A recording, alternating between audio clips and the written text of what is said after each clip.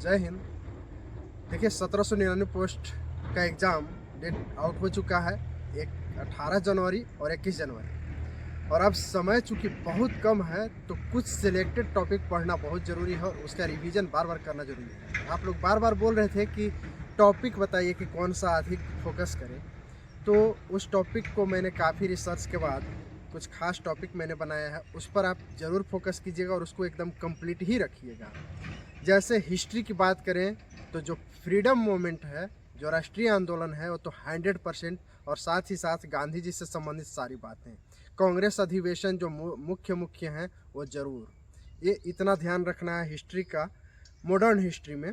और इसके साथ ही 1857 की क्रांति में जो मुख्य मुख्य सेना नायक थे, चाहे वो अंग्रेज हों या भारतीय हों, उन सबको ध्यान रखना है।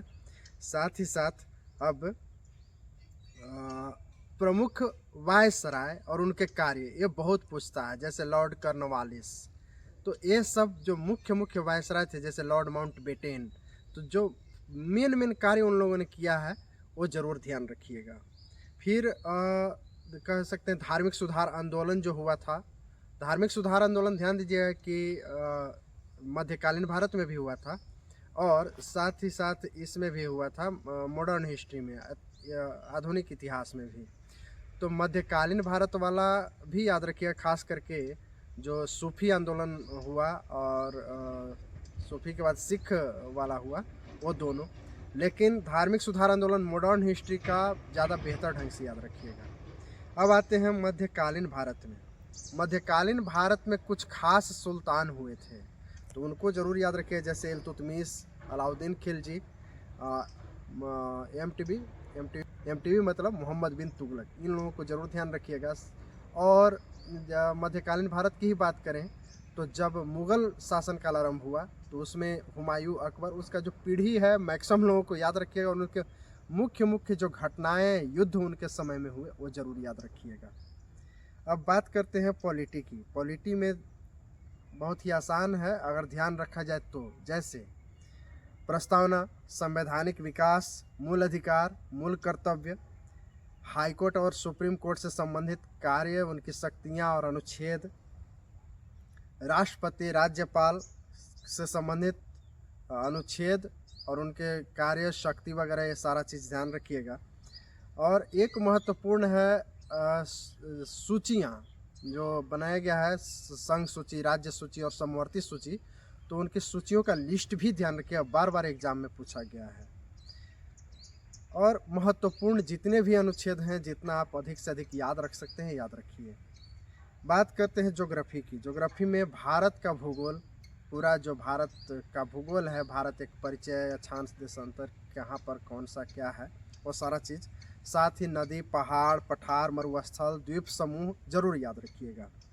अक्षांश देशांतर, जो अगर बात करें पूरे पृथ्वी की बात करें तो अक्षांश देशांतर, तिथि रेखा, ग्रीनविच रेखा, पवन से संबंधित सारी बातें, बादल, ज्वालामुखी, घास के मैदान, ये सब जरूर ध्यान रखिएगा।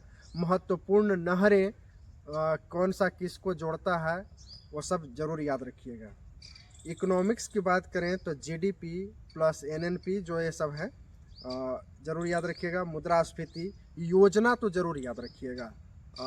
जितनी भी योजनाएं हैं, 12 योजनाएं बनी हैं, तो सभी योजना को ज़रूर याद रखिएगा कि किस योजना काल, किस वर्ष, किस योजना काल में क्या हुआ।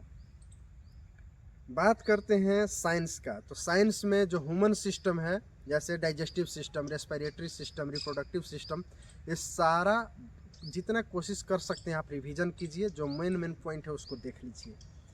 विटामिन ज़रूर ध्यान रखिएगा, रोग भी ज़रूर ध्यान रखिएगा।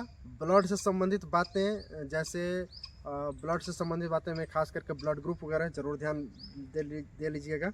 हार्मोन, अब हार्मोन दोनों में अगर बॉटनी की बात करें तो प्लांट हार्मोन, और जो ह्यूमन सिस्टम का हार्मोन है उसको तो ध्यान रखना ही है।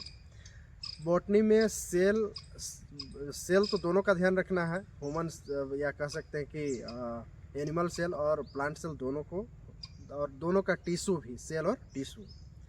प्लांट हार्मोन भी ध्यान रखिएगा और प्लांट टिश्यू, ठीक।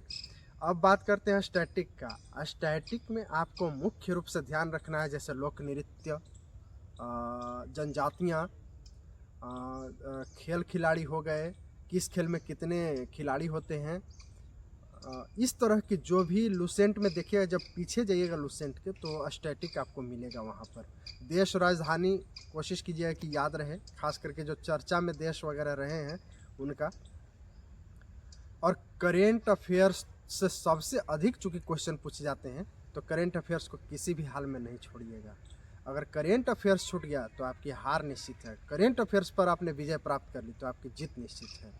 और जितना भी मैंने टॉपिक बताया, बहुत कम टॉपिक बताया, और ये सबसे 100% क्वेश्चन आता है। बहुत ही कम ऐसा चांस है कि यहाँ से क्वेश्चन नहीं पूछा जाएगा। 99.9% चांस है कि यहाँ से क्वेश्चन आएगा ही आएगा। बाकी कोई टॉपिक मजबूत हो या ना हो, लेकिन ये इतना टॉपिक आपको कवर होना ही चाहिए। और बार बार रिवीजन कीजिए, इसका MCQ बनाइए तो ज़्यादा फायदेमंद रहेगा। मिलते हैं फिर नेक्स्ट वीडियो में, तब तक के लिए जय हिंद।